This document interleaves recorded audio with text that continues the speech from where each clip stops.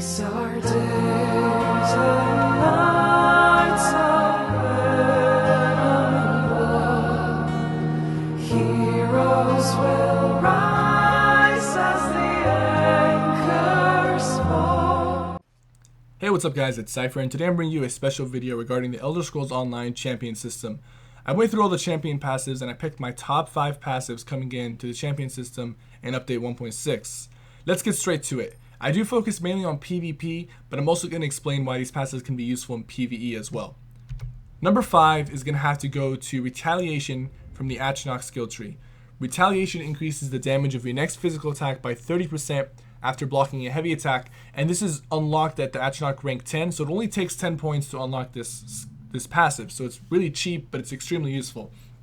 In PvE, mobs have red indicators around them before they perform a heavy attack, so it's actually really easy to spot, block their attack, and get that 30% buff to improve your next physical attack DPS.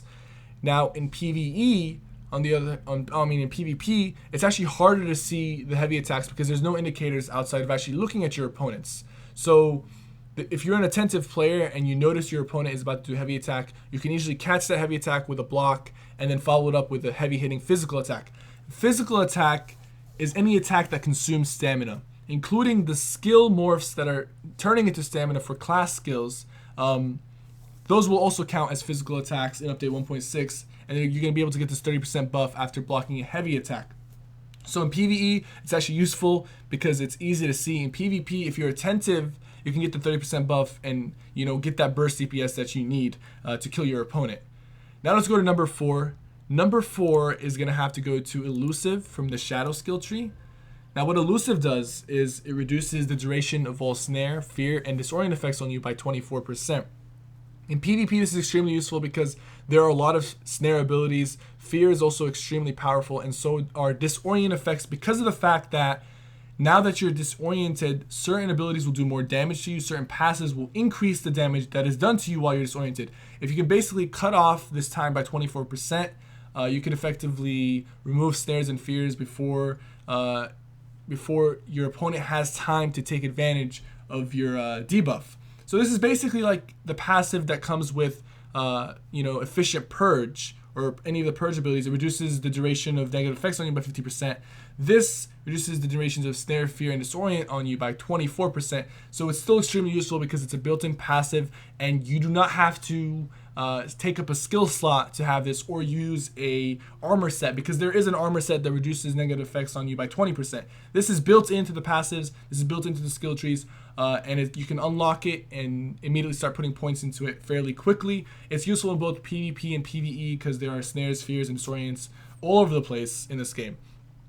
Let's go to number 3. Number 3 is going to have to go to Warmount from the Tower skill tree. Warmount improves your mastery with mounts, removing all stamina costs outside of combat. Now in PvE, this is extremely effective because you can basically sprint forever and not have to worry about running out of stamina. And you can basically spam sprint, because when you spam sprint, you improve your burst speed and you can go really fast with your horse. Now that's a given. In PvP, on the other hand, there's more to it because of the fact that outside of combat, you won't be losing stamina. So if you're sprinting in 1.5, if you were sprinting across from keep to keep and you're low on stamina, if someone ganks you or hits you off your horse, you cannot actually break from the stun that you get from falling off your horse. So a lot of the times you'll usually die if there's enough people, or if one person has enough burst. They'll kill you before you can get up off your horse. And this was a really easy way to die from gankers and from organized stealth groups. They would be able to take out people by knocking them off their horse. But now you don't lose stamina when you're outside of combat. So if someone hits you, they're going to hit you while you have full stamina. You're going to have time to react, get off your horse, and start fighting back. So this is extremely effective in both PvP and PvE, and it's actually extremely convenient. You can sprint. You don't have to take forever or lose your stamina while you're going from keep to keep or long distances.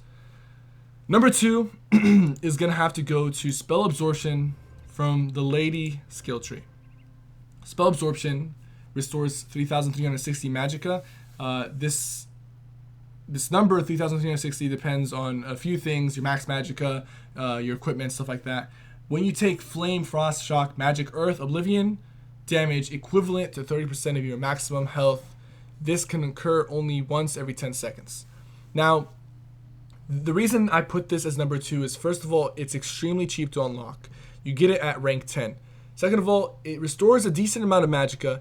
Even though 30% of your max health is a pretty big number to hit, with the reduced health pools, it's actually not that bad. I've used this passive and it's procced multiple times, even in 1v1 situations. It's procced a good amount of times. It does proc through shields, so even if you have a shield up and you have low health, you can still proc this passive if someone does 30% of your max health onto your shields or onto your health pool.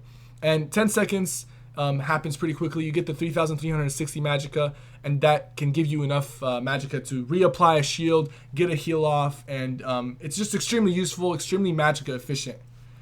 Now, number 1 is going to have to go to Unchained, and I guarantee you everyone was expecting this.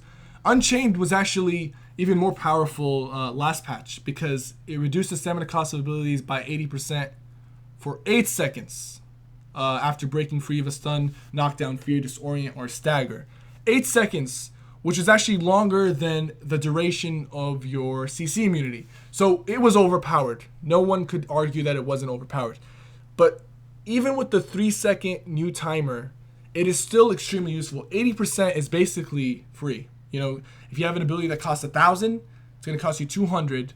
So it's extremely cheap. And with 3 seconds, you can at least get off 3 abilities or 3 heavy costing abilities for stamina. You can, if you want to play offensive, you can, start hitting uppercut and get a lot of uppercuts off within that 3 seconds. If you want to play defensive, you can start dodge rolling around and casting Vigor, the new stamina heal, to heal yourself back up. So there's a lot of things you can do in 3 seconds, and it's extremely, extremely stamina efficient. So as you can see, my top 2 picks, one of them is magicka efficient, one of them is stamina efficient. Of course, the stamina efficient passive is actually a lot more useful than the magicka efficient passives. The magicka does have an 80% reduced cost, but I'll get into that later. It's I'm making a video tomorrow about my top 5 worst passives or least useful passives, and that 80% reduced cost to your next magicka spell, that passive, I'll get into that. That's probably going to be in the top 5 over there, and I'll explain why it's not a useful passive compared to the Unchained passive, which is extremely useful, extremely powerful, and that's why it's my top pick for the top 5 champion system passives. Thank you guys so much for watching. If you can't tell by my voice, I'm a little sick, so it took me forever to commentate this. It's probably my 30th attempt, but I'm just going to go with it. Whatever happens, happens. I hope you guys enjoyed. If you want to leave a comment with your top 5 passives or questions about my top 5, I'll be willing to reply to your comments via Reddit, via the forums, or if you're commenting on YouTube, I'll reply to your comments, and hopefully we can have a constructive discussion regarding these passives and the champion system as a whole. Thank you so much for watching my top 5 passes for the Elder Scrolls Online champion system. I will see you guys soon.